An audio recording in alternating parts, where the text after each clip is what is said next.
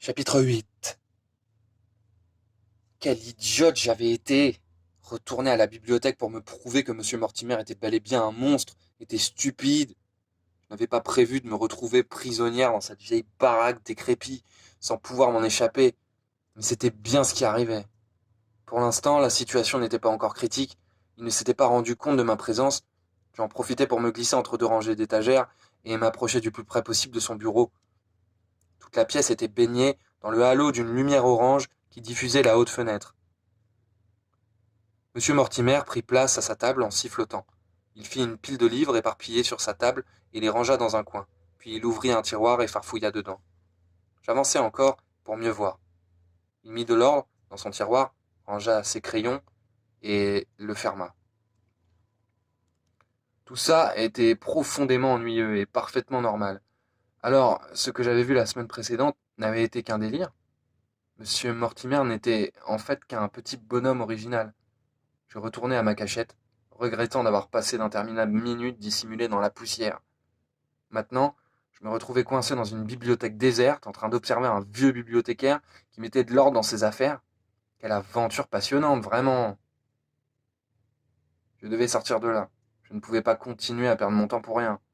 Soudain, au moment où je commençais à réfléchir au meilleur moyen de sortir le plus discrètement possible, il attrapa son bocal de mouche. Mon sang se glaça. Avec un sourire diabolique, il posa le récipient devant lui et souleva l'aquarium où nageaient les tortues. C'est l'heure du dîner, mes timides amis, dit-il de sa voix haut perché. Et là, une nouvelle fois, le phénomène se produisit. Sa tête enfla et oscilla. Sa bouche devint énorme, tel un puits sans fond. Elle se tordit, s'ouvrant et se fermant comme la gueule d'un poisson gigantesque. Ses yeux sortirent de leurs orbites et s'avancèrent, semblant nager devant lui. J'avais raison, c'était un monstre.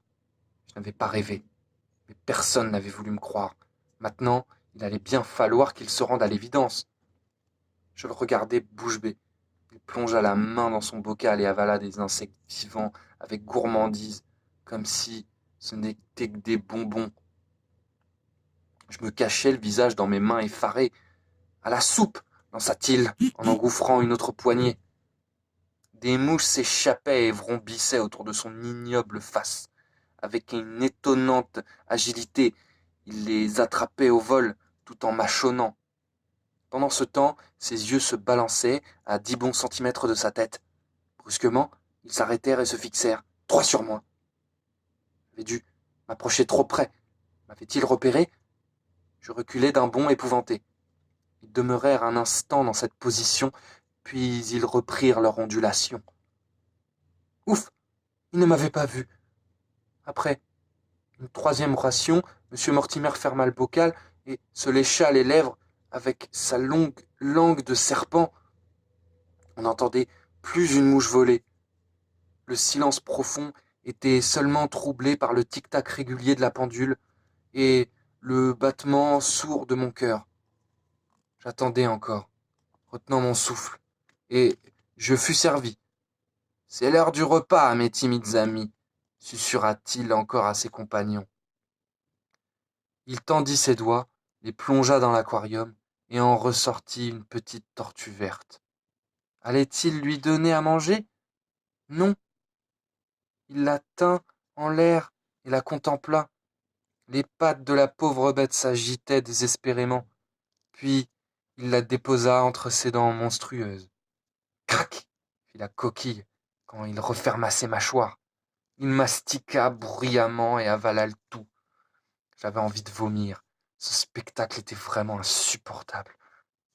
J'en avais assez vu pour aujourd'hui, bien assez. Je me retournai et avançai à tâtons dans le noir, entre les tables de la grande salle de lecture, puis je me mis à marcher plus vite. J'étais tellement hébété que je ne prêtais plus aucune attention au bruit que j'aurais pu faire. Je n'avais qu'une envie, m'enfuir et me retrouver dehors libre, ne plus entendre le sinistre craquement de la carapace. Je franchis l'étroit couloir, le cœur serré et les jambes lourdes, respirant avec peine.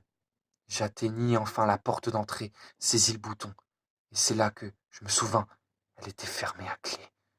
Je ne pouvais pas m'en aller, j'étais piégé, J'essayais d'ouvrir, en vain. Je frémis d'horreur, en attendant quelqu'un marcher derrière moi. Des pas rapides. Il m'avait entendu. J'étais fichu.